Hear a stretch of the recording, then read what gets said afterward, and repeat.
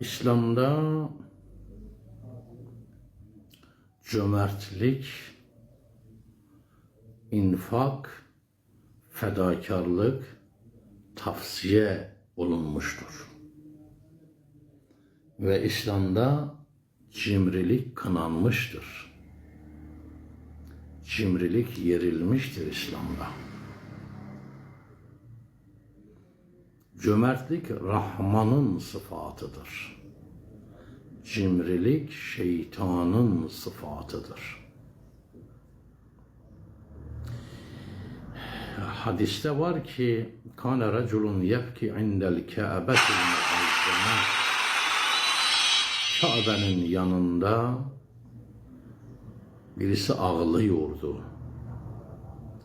ve şöyle dua ediyordu: Allahümme gfir liye zenbel azim bi hurmeti hazal beyt. Allah'ım, bu beytin hürmetine benim büyük günahımı affet. Peygamber Efendimiz bunu işitti ve sual eyledi. Ma zenbuke, senin günahın nedir? Kâle huve a'zamu min en esifhu. Dedi, ya Resulallah, günahım anlatmaktan büyüktür. Anlatmaktan büyüktür. Çok büyüktür günahım. Fekâle Resulullah zenbuke a'zam emil cibal. Senin günahın mı büyüktür yoksa dağlar mı? Fekâle zenbi.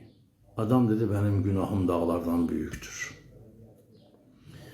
Kâle huve a'zamu min zenbuke a'zam emil bihar. Dedi, senin günahın mı? Buyurdu ki, senin günahın mı büyüktür yoksa okyanuslar, denizler, deryalar mı? Kâle zenbi ya Resulallah. Dedi, benim günahım denizlerden, okyanuslardan büyüktür ya Resulallah. Allah Resulü buyurdu, zenbuke a'zam emil arazun. Senin günahın mı büyüktür yoksa yerler mi? Kâle zenbi. Dedi, ya Resulallah, benim günahım yerlerden büyüktür. Fekâle zenbuke a'zam emil arş. Allah Resulü buyurdu, senin günahın mı büyüktür yoksa arş mı? Dedi, zenbi. Benim günahım ya Resulallah. Fekâle zenbuke a'zam emillah. Dedi, senin günahın mı büyüktür, Allah mı büyüktür? Fekâle Allahu a'zam ve a'lâ. Dedi, ya Resulallah, Allah azimdir ve yücedir. Fekâle veyheke sifli ma zenbuk. Allah Resulü buyurdu ki, vay olsun sana. Vay olsun sana. Söyle bana, senin günahın nedir? Fekâle ya Resulallah, inni reculun zu servetin minel mal. Ya Resulallah, ben zengin bir adamım. Ve inne sâile yes'aleni fekeennema yestakbiluni bi şe'letin minen nar. Ey Allah'ın Resulü, bir muhtaç benden bir şey istediği zaman, bir muhtaç benden bir şey istediği zaman sanki benim bedenime ateş verip beni yakıyorlar. O kadar ağrıma ve zoruma gidiyor. O kadar ağrıma ve zoruma gidiyor. Adeta beni yakıyorlar.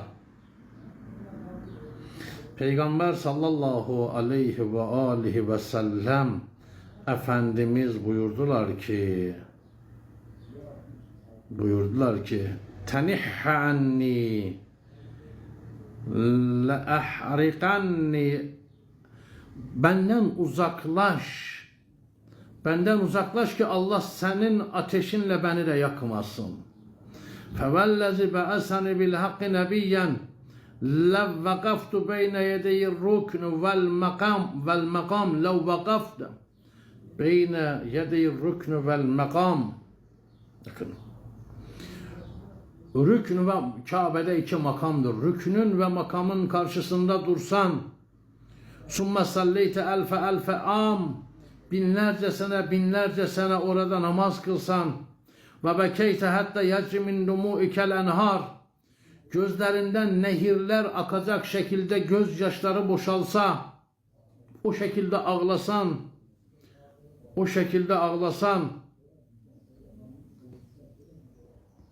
ve gözlerinden dökülen sularla yeryüzündeki ağaçlar sulansa, summe mitte ve ente la'im, ve sen bu şekilde bu ibadetlerle ölsen, ancak cimri olarak ölsen, eskenekallah finnar, Allah seni cehenneme dahil eder, cehenneme sakin eder.